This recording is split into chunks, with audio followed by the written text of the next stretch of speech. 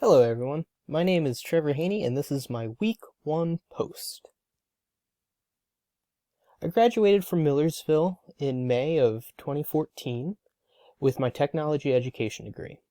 I then started my career at Westminster High School in Maryland, and after my first year of teaching, I got a job at Oxford Area High School and have been there ever since.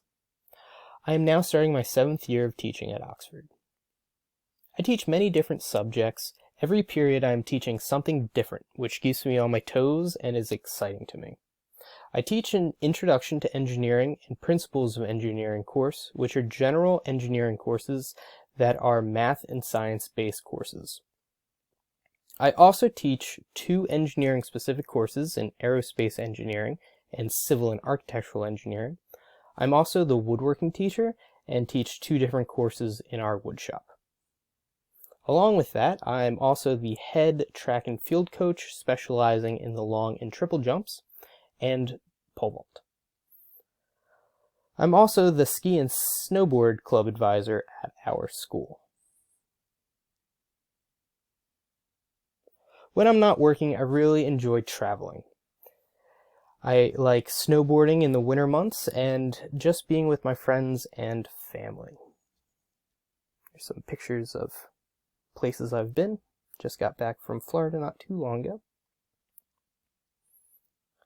This is the final course for my master's degree. I plan to graduate this December, which will be a great way to end 2021. So, now, question 1. Mills and Spencer's outlined 4 stages of action research process, which are identify an area of focus, collect data, analyze and interpret that data, and develop an action plan.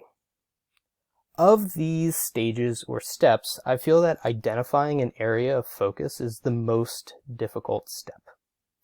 In the first step, as explained in both the Mills text and the video by John Spencer, the planning for the whole research must happen in the first step.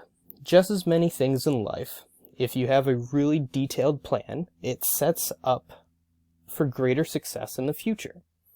That is why I believe that the first step is the most critical and perhaps time-consuming of all the action research project.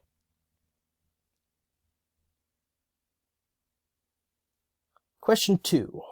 On page 22, Mills discusses the need for teachers to make action research a part of daily teaching practices. Which obstacles do you see with this approach and why? The one obstacle I see in this approach is time. As stated in the text, time is generally seen as the first obstacle teachers notice when needing to complete action research.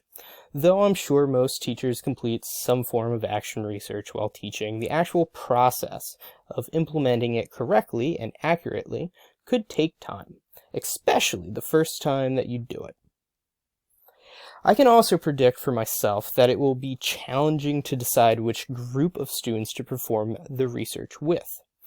I have many different levels of abilities and grades, and pinpointing which group to work with may be a challenge. However, I believe that if the planning of the action research is done well, the whole thing should not be seen as another chore for me, but instead as a tool to aid my teaching. It will be great to do and complete it for the first half of the year, and hopefully that can adjust my teaching for the second half of the year. And then question 3. Furness presents 2 stories from the field where she shares action research conducted by classroom teachers. Which story resonates with you the most as a teacher, and which concerns do you have conducting an action research project in your class? So for the story of Rebecca Wisniewski of Charlotte M. Merkland School resonated the most with me. At first, when reading it, I was drawn to the fact that many of the students do not speak English as their first language.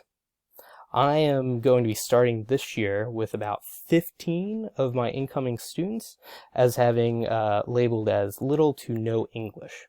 So I was just naturally kind of drawn with that at the very beginning of the story.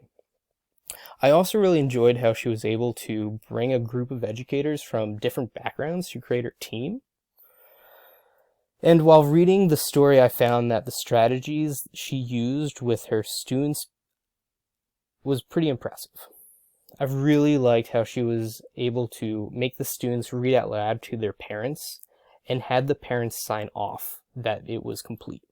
I believe that it's really important to include families in that learning process because it can really foster just a great learning community. And then a concern that I have going into this action research for this year is the unknown nature of the upcoming school year. I think it will be exciting and fun to implement and bring an action research project into my classroom.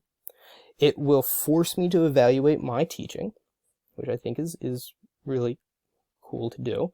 The one concern I have with conducting the action research for this year is that the past year and a half, we have been constantly needing to change the way we teach and deliver our courses due to the pandemic.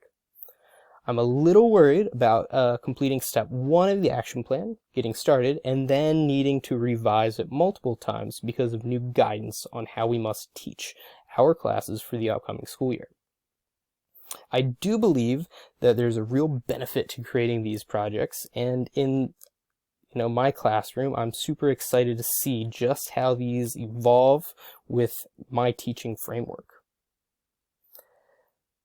Thanks for watching, and I look forward to working with all of you in the future. Thanks.